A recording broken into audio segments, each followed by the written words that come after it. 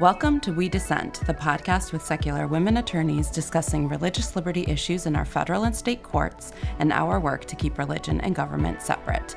I'm Rebecca Markert with Americans United for Separation of Church and State. I'm Liz Cavell with the Freedom from Religion Foundation. And I'm Alison with National Women's Law Center, and today we're very excited to welcome Rachel Levinson-Waldman, who is the director of the Liberty and National Security Program at the Brennan Center for Justice, to speak about the Trump administration's weaponization of the national security laws to target nonprofits. And this is it's a really serious topic, so I really appreciate you coming in today, Rachel. Thank you for having me. I'm really glad to be here. The Liberty and National Security Program seeks to advance effective national security policies that respect constitutional values and the rule of law.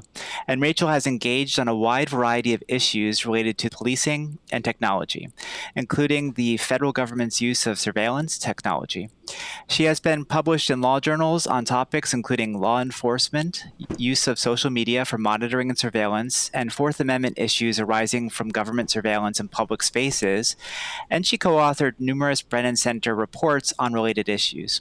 Prior to joining the Brennan Center, she served as counsel for the American Association of University Professors, and prior to that, as a trial attorney with the Civil Rights Division of the Department of Justice. So thank you so much again, Rachel. We really appreciate you joining us. Yeah, thank you. So can you tell us a bit more about your work at the Brennan Center for Justice and what you do there? Sure. So I joined the Brennan Center coming on 15 years ago in early 2012. And I've been with the Liberty and National Security Program that whole time. I usually describe our work as kind of historically being focused on post 9/11 national security and civil liberties issues. So privacy, secrecy, domestic intelligence gathering, Islamophobia, overclassification, sort of those suite of activities. It has grown to include issues around policing and technology and civil liberties and civil rights. And I would say more broadly, kind of the weaponization of national security and national security rhetoric since 9/11. That is a through line in the last 20 or 25 years. And then we've seen it kind of leveraged and weaponized in various ways.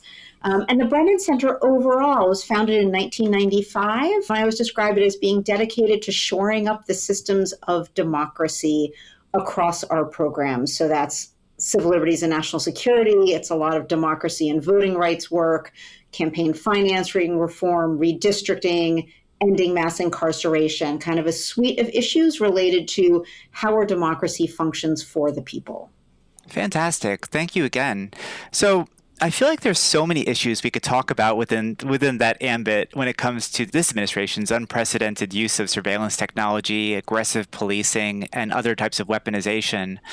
But today, we'd really like to focus on an issue that our listeners might not be as familiar with, which is the use of national security mechanisms to target donors and nonprofit organizations that the president opposes. So can you start by giving us an overview of what's been happening in that area? Sure. So there's a lot to unpack here, but let me take it sort of in order a little bit and walk through some of the big efforts that we've seen from this administration, specifically the second Trump administration.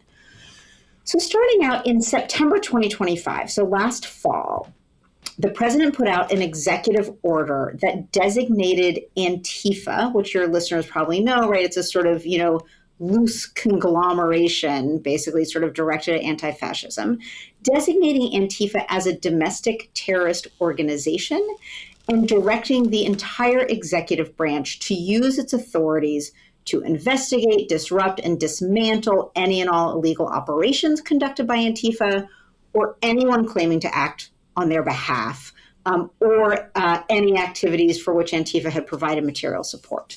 So notably, this is despite the fact that there is no statute that actually allows the president to designate a group as a domestic terrorist organization. It would be in profound conflict with the First Amendment, and that Antifa isn't really even an organization in the first place. In a lot of ways, it's really defined by its lack of central organization. Even Christopher Wray, who is President Trump's FBI director during his first term, when he testified to Congress in the fall of 2020 about Antifa, He described it as a movement or an ideology and not a group or an organization. And then shortly after that Antifa executive order came out, President Trump published what's called a National Security Presidential Memorandum. This one is called NSPM 7. And it basically orders kind of a whole of government approach to pursuing anti-fascist groups. And it directs multiple executive agencies. So you have the State Department, the Departments of Justice and Homeland Security, the Treasury Department, to prioritize domestic terrorism. And here, I think what's really important is the language that it uses, because domestic terrorism sounds scary and it sounds important, which it can be. And it does mention some acts of political violence that are crimes, like assassination attempts, and should be prosecuted as criminal acts. But it goes on to list what it calls these common threads that animate violent conduct. Those are things like anti-Americanism, anti-capitalism, extremism on migration, race and gender, hostility towards people who hold traditional American views on family, religion, and morality. And then it ties those threads back to Antifa. So there's this kind of like brew of actual criminal activity, and then this insinuation that all of those constitutionally protected viewpoints or ideologies are somehow indicative of criminal activity and are adequate to lead to a law enforcement investigation. And that's really what that order is focusing on. It sets out this comprehensive law enforcement focus where the FBI and joint terrorism task forces, which the FBI runs, would look for possible federal crimes, would investigate organizations along with their employees and officers and funders that are related to those activities.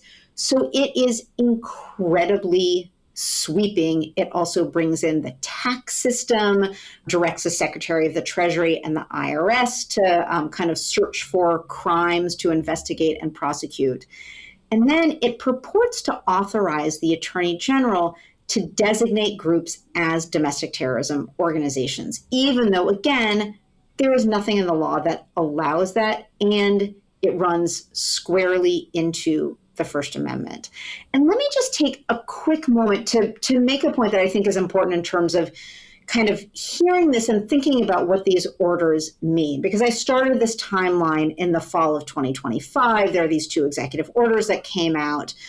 But this administration has really been marked by an effort to go after its political enemies and reward its friends, including targeting nonprofit organizations and civil society. So just to kind of take a few examples, the day after President Trump's inauguration, he issued an executive order that directed every federal agency to identify large nonprofit corporations, associations, foundations that should be investigated for their DEI practices. DOJ tried to assign staffers to the Vera Institute of Justice, which is a very well-respected nonprofit whose mission is about discriminatory criminalization and mass incarceration. This is despite the fact that DOJ has no authority to infiltrate an independent civil society organization. And then over the summer, a congressional committee, pretty much seeming to take its cues from the administration, launched an investigation into more than 200 nonprofit groups that it accused of providing aid to migrants, included the Catholic Charities, Coalition for Humane Immigrant Rights, and more. So it's really this kind of comprehensive effort, I think, that's targeted at nonprofit groups, civil society organizations. Thank you so much. There's a lot to unpack there. And you're also reminding me of the recent targeting against the Southern Poverty Law Center as well, which is not, of course, using this domestic sort of terrorism framework, but is still very targeted against a nonprofit that is sort of an oppositional ideology to the president. Yeah, I think that's right. So following up on that, can you tell us what effect these sorts of steps you've been talking about will have on law enforcement? Like what does the NSPM 7 do? And does it grant investigators additional powers or otherwise enable them to do some of the actions you've been telling us about? Yeah, I think this is a really important question. And in some ways, there are a few different answers. I mean, at the most basic level, it does not create new law. And even though federal law does define domestic terrorism, there's no actual crime of domestic terrorism. And I think that's one of the things that these orders sort of muddy a little bit. At the same time, calling something domestic terrorism does unlock additional investigative authorities by the FBI. It opens up sentencing enhancements, and it can result in targets being added to federal watch lists. So kind of putting something in this category of a domestic terrorism investigation does have legal consequences, and it can certainly be very scary. One of the sort of follow-ons from NSPM 7 was that it set out kind of all of those directives, which were a little bit vague, although significant. But what happened next was a few months later in December, the Attorney General, Pam Bondi, issued a memorandum that kind of operationalizes NSPM 7. So it tells federal prosecutors to prioritize investigations of Antifa, basically to look for opportunities to charge people for the activities highlighted in NSPM 7. And it again keeps pointing back to viewpoint. Again, things like adherence to what it calls extreme viewpoints on immigration, on gender ideology, on anti-American sentiment, and basically says that the threat kind of defined by those strands will be one of the top priorities, if not the top priority for federal law enforcement. And it goes on to set out a number of specific steps that federal agencies are supposed to kind of carry out in order to, again, operationalize everything that NSPM 7 directs. What are some of those? Yeah, so this includes creating and maintaining lists of domestic terrorism organizations and what it calls Antifa-aligned entities. That's going to include mapping related groups and coalitions. This really kind of harkens back to the Church Committee era, kind of the post-Watergate era, right? When it came out that federal agencies were doing all of this domestic kind of intelligence gathering. It has federal law enforcement agencies look back in their files to pull out Antifa-related information and send it to the FBI so that JTTFs can review it. It's directed to reopen matters from the past 5 years that involve domestic terrorism, so there can be additional investigations. Directs using tax law to go after groups and to use this terrorism sentencing enhancement, which can result in much more significant penalties. It sends grants to state and local law enforcement agencies for programs to counter domestic terrorism. So it kind of loops all of those state and local entities in.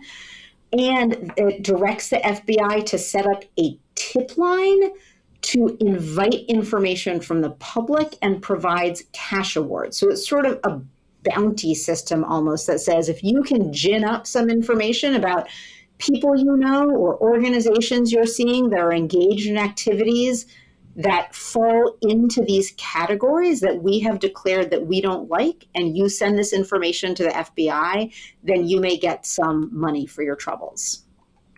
Wow, that's amazing. Mm-hmm. Very scary. What is the impact of all this on nonprofits in the U.S.? I think we have to differentiate U.S. nonprofits versus foreign nonprofits a little bit, right? So can you tell us about what impact all this has? Yeah, I think this is really important. I mean, I think at a basic level, it is going to be enormously chilling to nonprofits. I think one of the real impacts of this, as I've sort of been alluding to, it is a real question how much of this will sort of hold up in court, right? There's not actually the authority to designate domestic terrorism organizations. There's some real tension with FBI and DOJ directives around investigating people based on viewpoint. But it's not even clear that that's the point, that instead the point is to quash kind of a whole range of activity that individuals and groups would otherwise be engaging in because the risks seem too high. Basically, the stakes are so high. So I think there can be, and is going to be, a really significant and chilling effect. It might reduce trust in nonprofits. It sort of lays the groundwork, and there's more generally a lot of rhetoric that this administration has been using to kind of go after civil society, go after nonprofits. I think a lot of that is really designed to reduce the public's trust in nonprofits, so many of which are doing incredibly important day-to-day work in people's communities. And, previous administrations have often partnered with civil society, have kind of lifted up their work. So this is very much taking the opposite approach. And I think there's also a real risk that it will be harder and harder for organizations to get funds, right? Whether it's people deciding not to donate or financial institutions deciding that there are risks in kind of facilitating donations, especially for groups that are engaged in activities that are specifically called out or seem like they're going to be a really significant target of the administration. That's really it reminds me of what I was just mentioning before about the Southern Poverty Law Center, which is not being targeted for some domestic terrorism, but we've seen that they are being targeted by this administration, and that has already had impact, for example, on their ability to get Fidelity and other types of donor-assisted funds? Donor-advised funds. Mm-hmm. Yeah, donor-advised funds. So can you talk a little bit about that? Yeah, it's a good question. And you're right that the SPLC indictment was on different grounds, but I think it is also an important flag here. So in response to some of the coverage about the SPLC indictment and the fact that people using some of these donor-advised funds weren't able to send donations to SPLC anymore, Fidelity said that a grant could be declined if an organization was being investigated for alleged illegal activities, including terrorism, or if other state and federal agencies were investigating the organization. It's been a little ambiguous in some statements whether an investigation alone justifies kind of freezing that grant making or if it has to be an indictment. But it certainly seems possible that if it became public that a group was being investigated by the FBI or by, a state law enforcement agency for engaging in domestic terrorism, even if that investigation was ultimately baseless, that an entity like Fidelity or Vanguard or Schwab, these kind of, big financial institutions, might decide to halt grant making to that organization. And I want to call out one, I think, really interesting sort of tension here, which is a conflict between this outcome or this potential outcome of NSPM 7. I think it's not just potential because you do see this language kind of threaded throughout NSPM 7 and the Bondi memo, and subsequent, the FBI has set up this mission center to investigate nonprofits. It's been reported that FBI and IRS are setting up this kind of joint collaboration, right? So it's quite explicit that they're sort of thinking about how to try to stem funding to organizations that are carrying out activities that they sort of see as, in opposition. At the same time, there's a separate executive order that President Trump put out last August on what's often called debanking. And that order came out of allegations that the Biden administration had unfairly denied financial services to groups that were conservative or were aligned with cryptocurrency and some other matters. And that order says that people aren't supposed to be denied access to financial services because of their constitutionally or statutorily protected beliefs, affiliations, or political views, and that politicized or unlawful debanking shouldn't be used kind of as a tool to inhibit beliefs or affiliations. And so we have this real tension between, on the one hand, NSPM 7 and these subsequent efforts directing the Treasury Department and IRS to investigate funding sources for organizations that could be implicated. And on the other hand, this order saying, oh, no, we definitely want ideology out of these decisions. And so I think it really remains to be seen how that's going to be resolved or if it will be, but there are these two very sort of contradictory orders out there. I just had a quick question. As we're talking about these orders, Antifa and the Southern Poverty Law Center, it's just bringing to mind that this seems to be part and parcel of this administration's goal to target political opponents and other civil society organizations. And I just keep thinking of the executive orders against certain law firms last year as well. And I was just curious if you could talk a little bit about that. Is that a sort of parallel track? Do you see this as like multiple lines of attack? I think that's exactly right. And I think we can broaden that out. So there's this attack on civil society, or there's the attack on law firms, there's an attack on higher education, right? It sort of feels like there are these kind of parallel concerted efforts to go after sectors that provide expertise, kind of independent expertise, that provide an independent voice, that supply advocacy. I think similarly, we can put sort of the attack on media and independent media as another tranche of those. So these do all feel like pieces of a broader campaign or broader effort to undermine all of those sectors in the eyes of the public and just make it much harder for them to do their work in ways that they have for decades, sometimes side by side with an administration, sometimes, in an adversarial posture, but in a way that is under the kind of overall rubric of rule of law and due process and a functioning democracy. And this does feel like a piece of a larger effort. I think that's a really important point, and thank you, Rebecca, for mentioning the law firms. I was thinking about them. Many of these big law firms that were being targeted, they often work with nonprofits. They help provide them with litigation resources. They do research. They consider and bring big cases. So I mean, that is another way. Indirectly, they're impacting the ability of nonprofits that might stand up against the Trump administration to actually do so, because not only are the law firms they targeted affected, but all other law firms, the ones they made deals with, now have all their pro bono commitments that are required elsewhere, and other nonprofits that maybe that aren't ones they pointed at or made deals with are now more reluctant to engage with nonprofits. So it really distorts the entire field.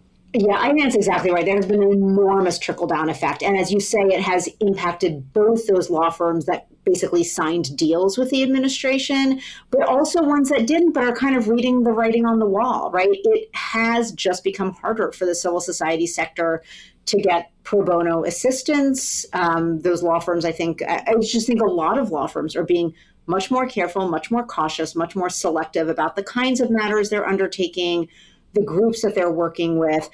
We have seen as kind of a corollary or a counterpoint to that, new law firms being set up, right, that are sometimes being set up with the explicit purpose of working with organizations that kind of need that support. And then they're doing additional work, right, doing some combination of the pro bono work and work that, kind of helps to pay the bills, or they're getting other kinds of funding to support the nonprofit sector.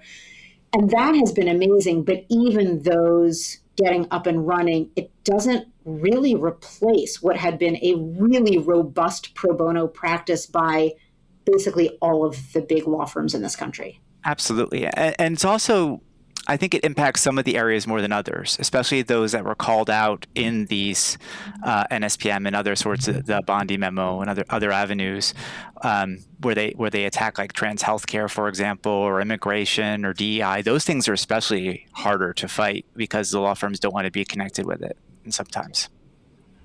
Yeah, I suspect that's right. I don't know exactly what the landscape looks like, but I can't imagine that it's not harder for those groups, sort of even harder for those groups to get, legal help and other kinds of assistance.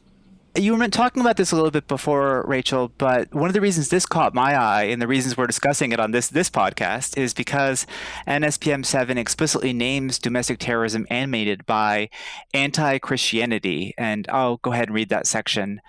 Common threads animating this violent conduct include anti-Americanism, anti-capitalism, and anti-Christianity, support for the overthrow of the United States government, extremism on migration, race, and gender, and hostility towards those who hold traditional American views on family, religion, and morality.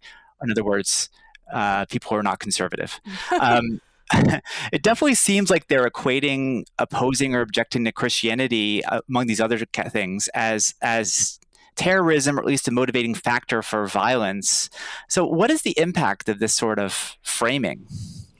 I think there are a few things that are of real concern. I mean, one is just at a baseline kind of identifying an ideology or, a set of ideologies, not action, as terrorism.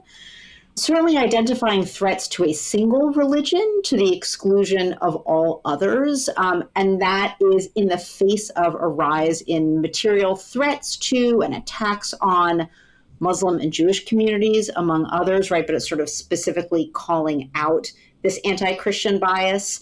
The same thing comes out. There was a task force report that just came out maybe a month ago now on eradicating anti-Christian bias. And that also says that the FBI is considering a new threat category that would include violent extremism that derives from bias against Christian denominations. So it's again sort of like highlighting this specific threat or perceived threat. And I think there's just a basic question, as there is with all of these kinds of ideologies or viewpoints, of how is this defined? How do you define anti-Christianity, right? All of these terms are so devoid of meaning. They could be filled in basically however a member of the administration wants, however somebody undertaking an investigation wants. So if you were clear about your desire not to be part of the Christian faith or a particular Christian denomination, does that count as anti-Christianity? If you said that you don't believe personally that Jesus died for humanity's sins, is that going to be interpreted as anti-Christianity?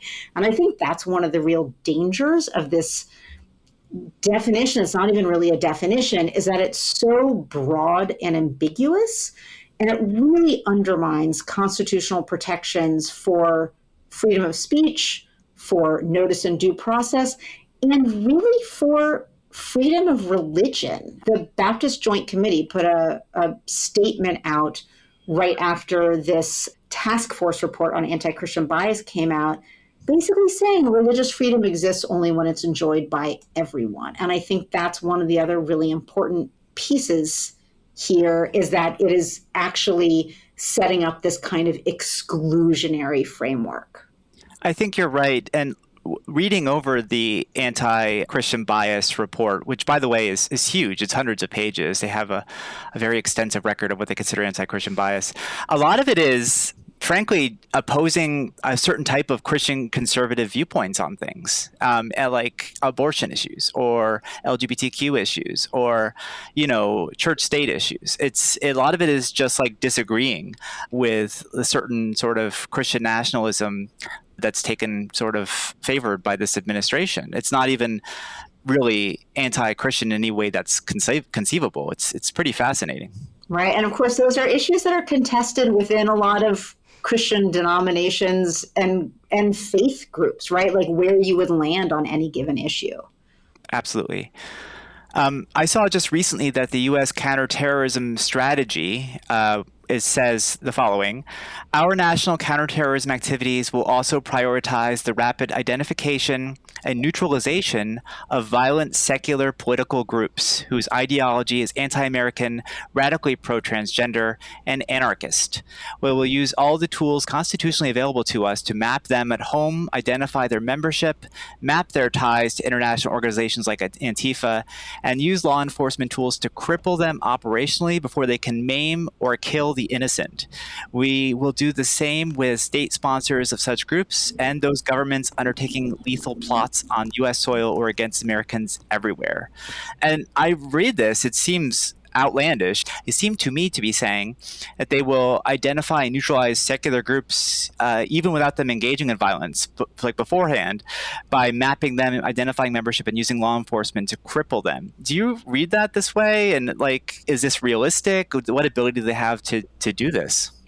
Yeah, it's a pretty incredible document. I mean, it lists out what it calls three major types of terror groups, right? So it lists what it says are narco-terrorists, legacy Islamist terrorists, that's the wording in the report, and then, quote unquote, violent left-wing extremists, including anarchists and anti-fascists. And that is what it says are the three major threats that are sort of posed to this country. And as with so many of this administration's directives, it really says one thing but does another. So it says in the introduction that counterterrorism operations will be apolitical, they won't be used to target our fellow Americans who simply disagree with us. But then it does go on to pretty much do exactly that. In answer to the question you were asking, I mean, the FBI is prohibited from targeting groups solely on the basis of ideology.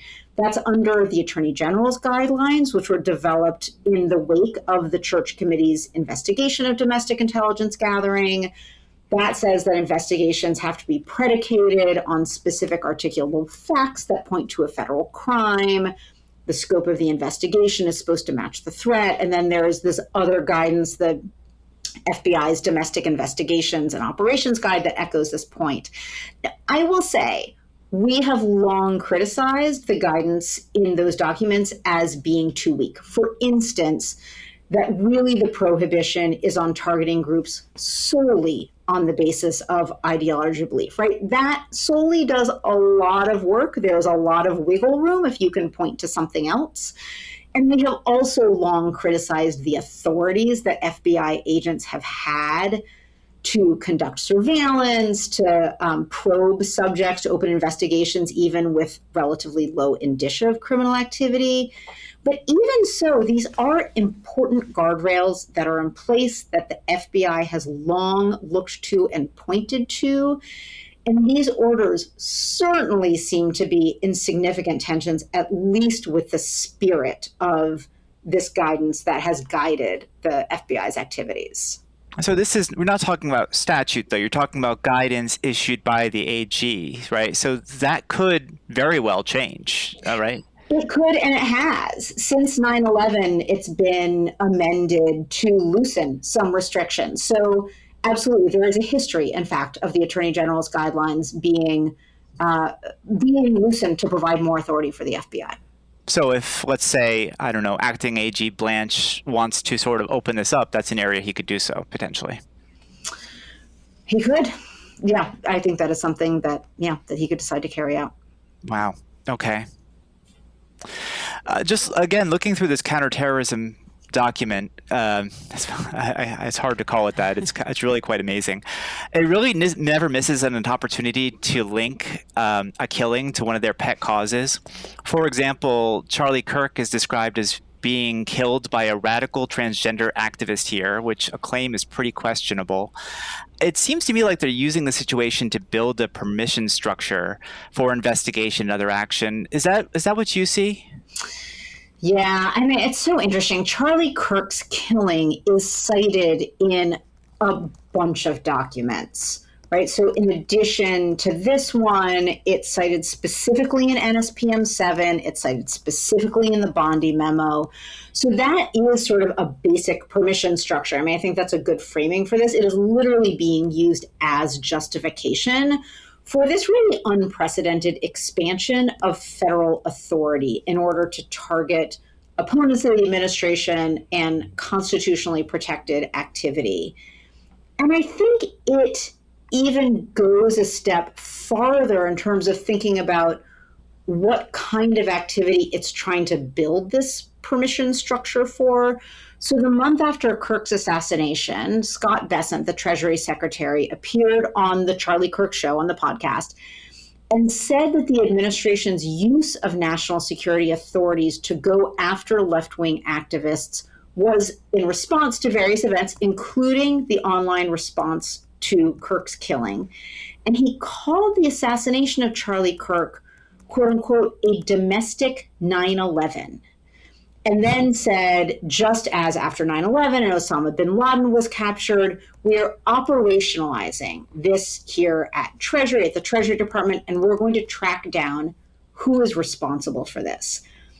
So you see this kind of implicit, at least implicit, comparison that's being made not just between Kirk's individual killer, but what the administration is seeing as some kind of movement behind it, and Al-Qaeda, which is a wild comparison to make.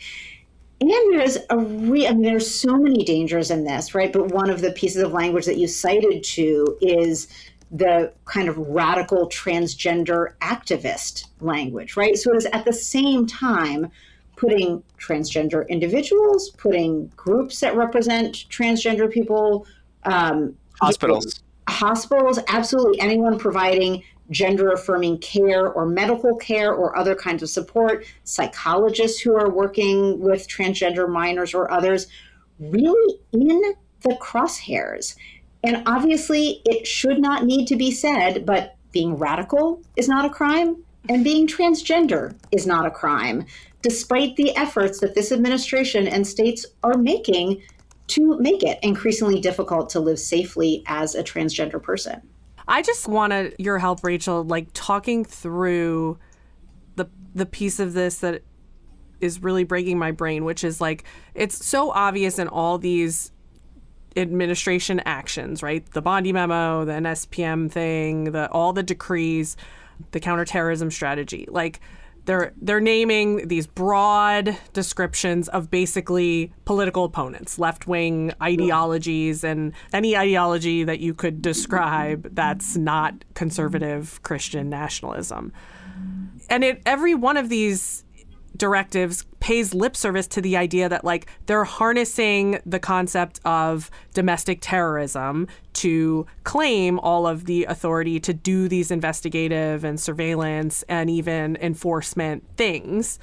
But they're all paying lip service to the idea that like it's tied to action. It's motivating action, right? It's like violent secular leftist political groups, or like specifically mentioning violent acts, right, that kill or maim the innocent people, other than the obvious kind of knock-on effects that you were talking about, like chilling groups like ours, frankly, like groups, normal nonprofits that are operating for normal educational or even charitable purposes, like not doing anything violent or committing anything close to criminal conduct or actions that could be considered criminal, terroristic, or violent in any way. Do you think there is maybe a plan is too far of a reach, but like, do you think there's an idea from the administration that the leap from using this just to kind of chill or intimidate or decrease trust in civil society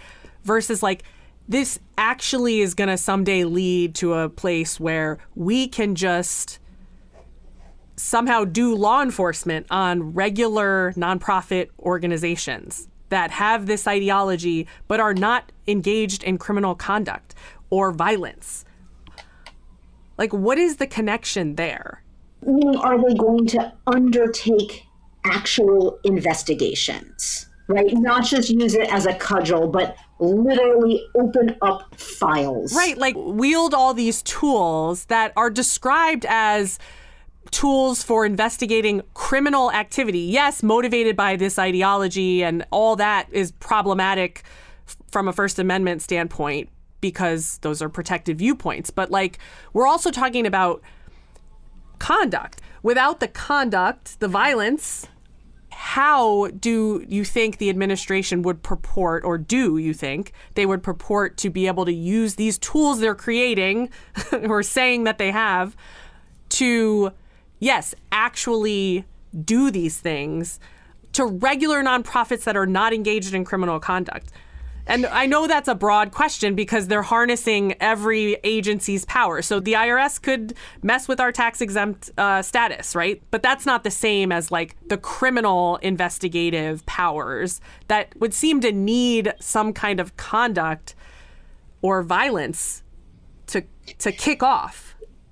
I think that's a great question. And I will say, I mean, it's one of the things also, I feel like I have spent so much time with these various executive orders and sort of puzzling through them. And, you know, they do all sort of, they use some of the right language. They talk about violent activity and political violence and threats, right? They are sort of gesturing at actual violent conduct, at least in part, and yet they're also pointing quite explicitly just to viewpoint. So, like, I think you're asking the right question. Like, what does that mean? How are they going to, like, smush all of these things together and into actual investigations? I think in thinking about the answer to that, there are a couple of other things that have happened that are worth looking to. One is the designation of 4, I believe, foreign groups that are being called Antifa aligned. And I think they kind of identify themselves in some way as being Antifa aligned, designating them as foreign terrorist organizations. There is, in fact, a statutory framework to designate a foreign organization as a foreign terrorist organization. It does not raise the same First Amendment issues. There are other First Amendment issues that come up about when domestic groups might be working with them. And this is something the Supreme Court has considered because of what are called these material support laws, because it is a legal right to give material support, which includes almost anything, and certainly any iota of financial support to a designated FTO, which is, the shorthand for a foreign terrorist organization.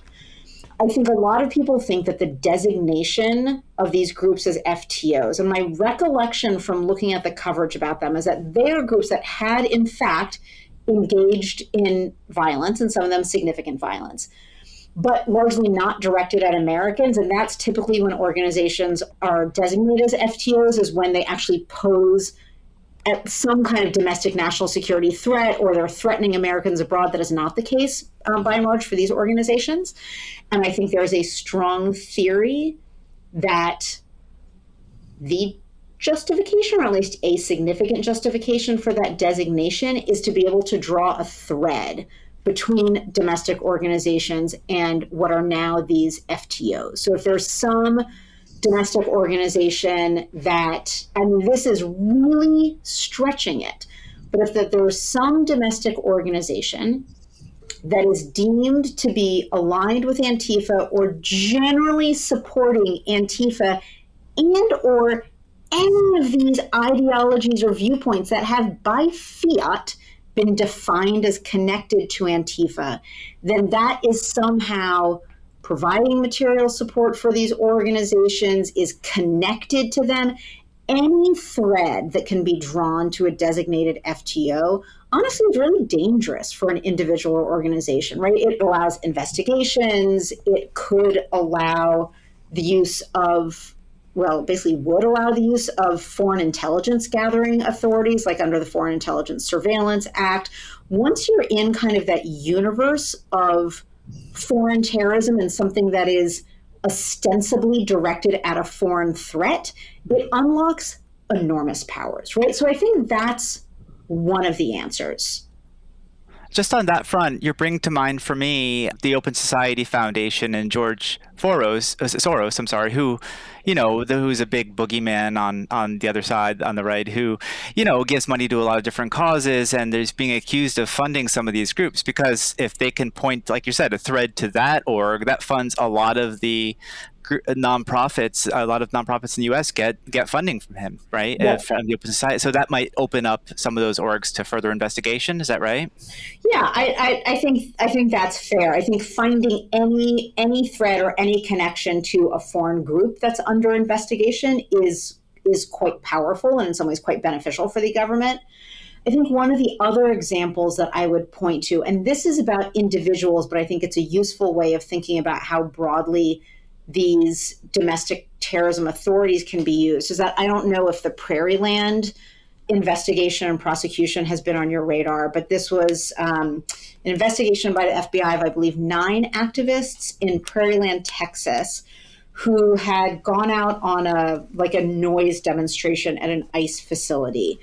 The facts are complex. At least one person went with a weapon, ended up shooting and hitting an officer in the ear. So that is an entirely appropriate act to prosecute as a violent crime, but it was all put under the umbrella of domestic terrorism. And Antifa, some of them, I believe, sort of said that they had some, alignment with Antifa. Some of them were dressed in black. And it was, kind of the way that conspiracy laws, right, can be used to sort of sweep everyone in. The domestic terrorism laws are even more powerful, right? Because it can just be these people shared this ideology and thus they're kind of united under this rubric of domestic terrorism. The DOJ actually got a number of prosecutions, and I think one of the most alarming aspects of that prosecution is that one of the charges was for transporting Antifa materials, which was literally a box of zines, right? It was, printed out and stapled, radical magazines, as one is allowed to do under the First Amendment. And that was one of the domestic terrorism charges that people were indicted and convicted of. Yeah. And so I think that's a window into, it feels like there shouldn't be a basis for that. That feels so far beyond the realm of domestic terrorism and anything that should be charged as a crime. And yet it was in front of a jury that was sympathetic. And so I think there are sort of these like warning signs that are going off in various places.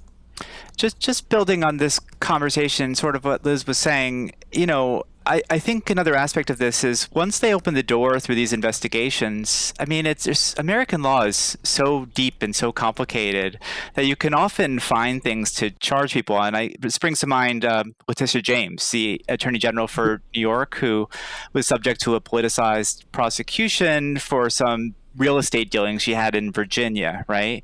And it's the most minor thing ever. It has to do with a form and whether she signed it one way or another way. It's really meaningless in any sense, right? And just by digging in deeply enough, they were able to find this and move forward with the prosecution against her, which has since been dismissed. But they were able to find this and move forward with it. And that reminds me of if they were to sort of go after nonprofits, targeted nonprofits in that really deep way, our nonprofit tax rules are very complicated and very easy to find minor mistakes with, or what definitions of what counts as lobbying are very. There's a lot of things in there that if you press hard enough, you could maybe bring a case. And so that worries me that is the goal here. Is once you crack open these orgs that can investigate them, you can find stuff even that's minor. To go after these nonprofits, and then they have to spend money defending themselves. They have to spend money on investigation and responding to it, and that depletes them even further. I think that's exactly right. And it sort of puts me in mind, right? There's this quote, show me the man, I'll show you the crime. Mm. You can find a reason and a way to go after almost anyone. And I think you're right in terms of sort of how Byzantine the tax laws are.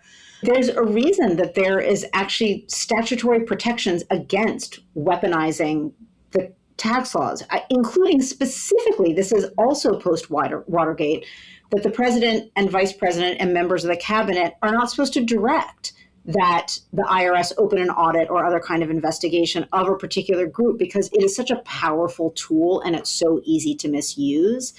And I think that's right. If a target is identified, once sort of the digging begins, I think potentially anyone could be vulnerable. Mm.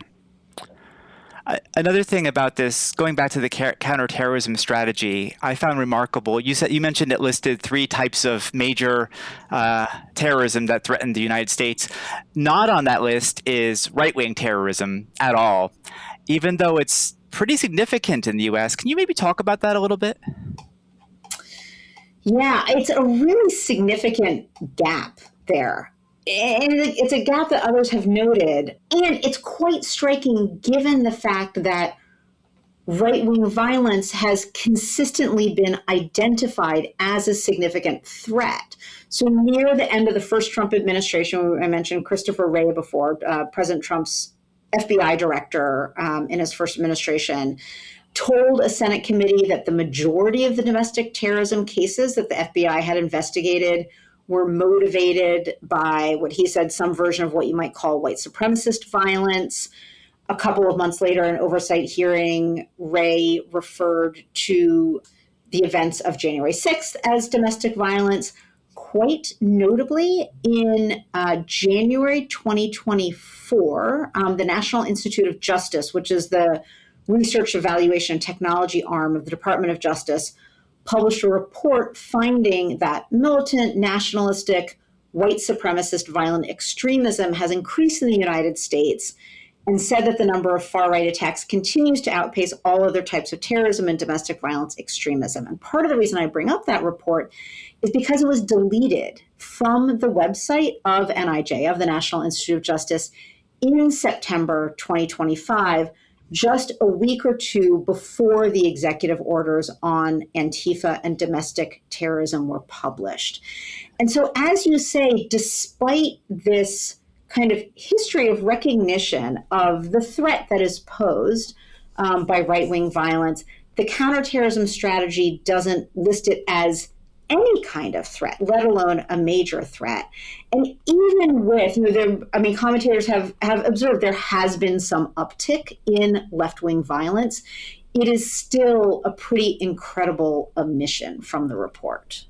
And right-wing violence is still many times greater than left-wing violence in this country. I suspect that's right.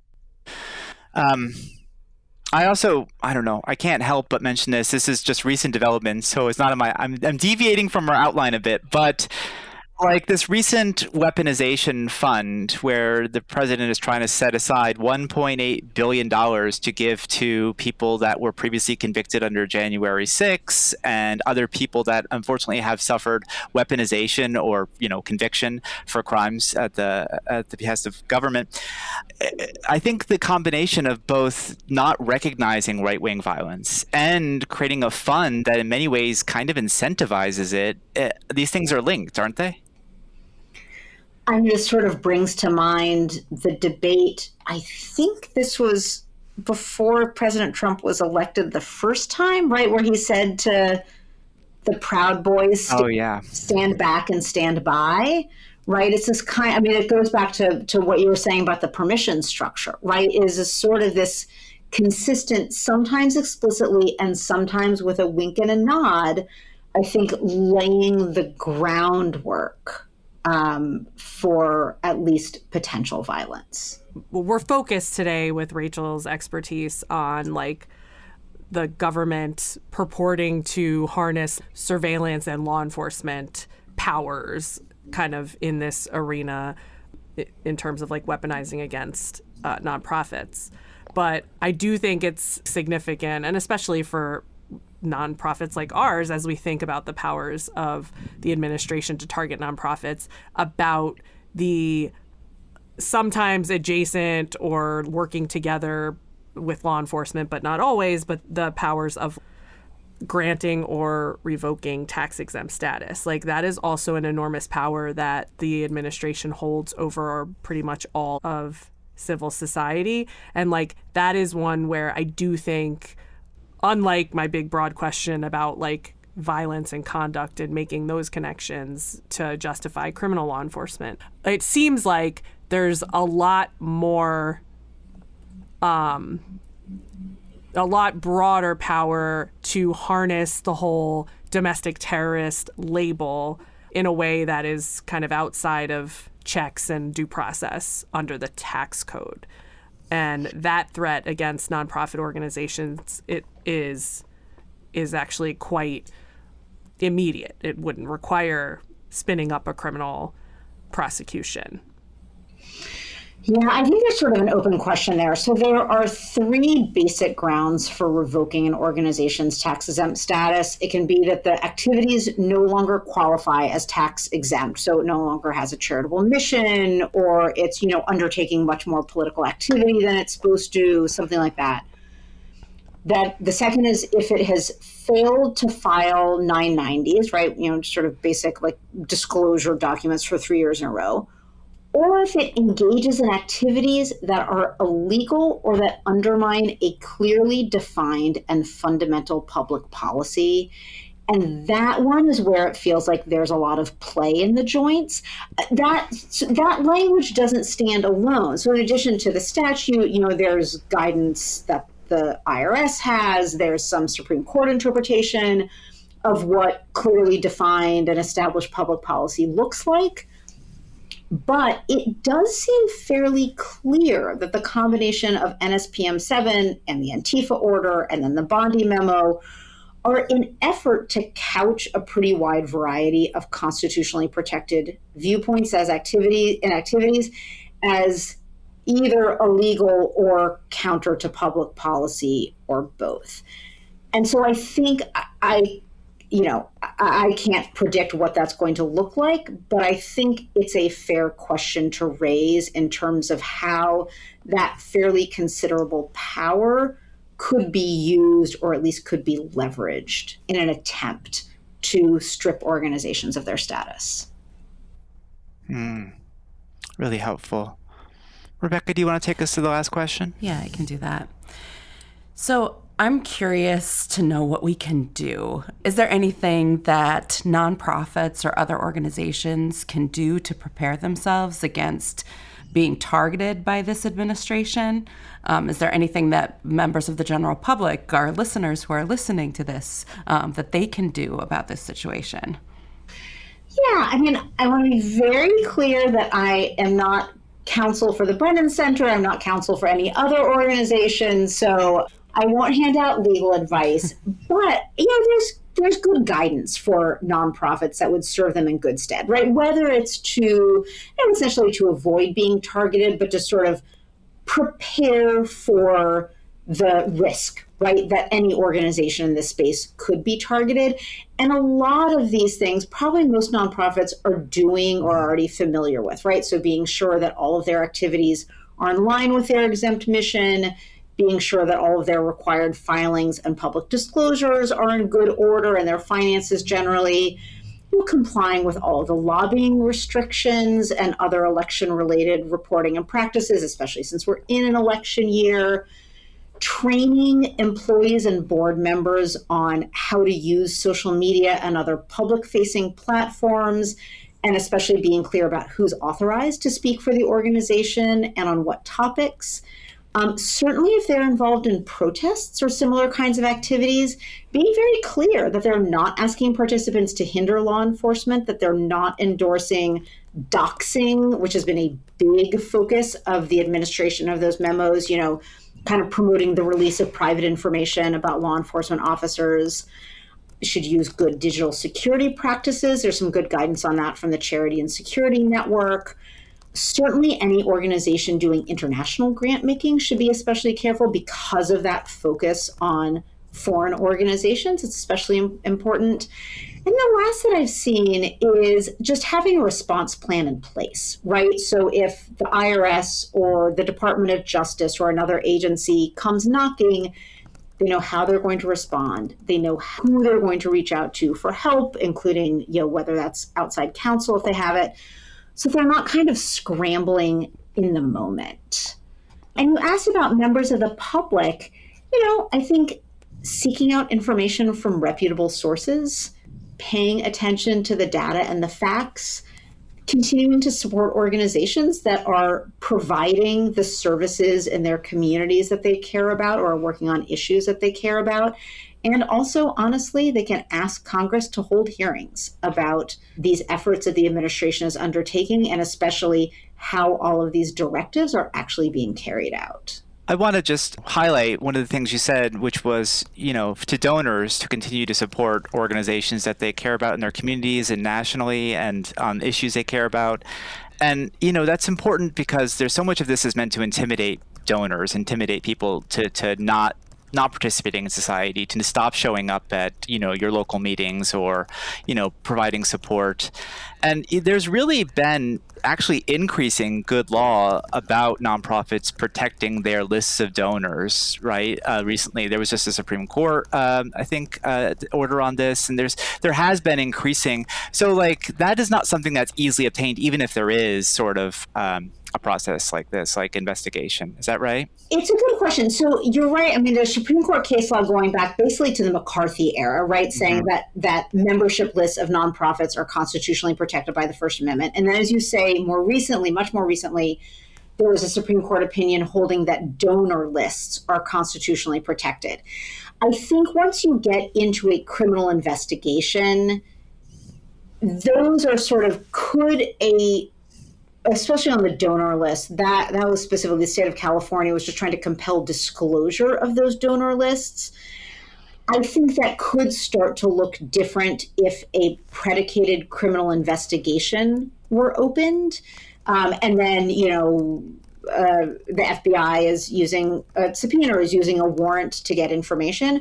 But certainly on a basic level, there are powerful constitutional protections for the identification of members of and donors to nonprofit organizations.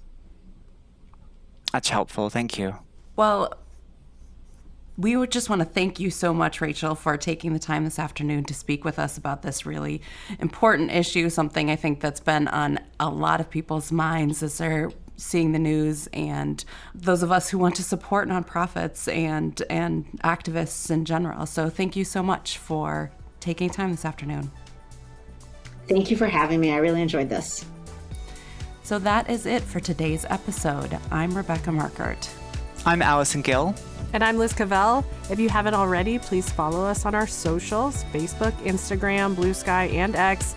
Please also remember to let us know how you're liking our show by leaving a review. This is the best way to help new listeners find our show, so please review us. You can also find us at we-dissent.org. Thanks for listening. We Dissent is a joint production of the Freedom from Religion Foundation, the National Women's Law Center, and Americans United for Separation of Church and State. It is hosted by attorneys Liz Cavell, Alison Gill, and me, Rebecca Markert. Other production support comes from Greta Martins. Audio engineering is provided by Audio for the Arts based in Madison, Wisconsin. Thanks for listening.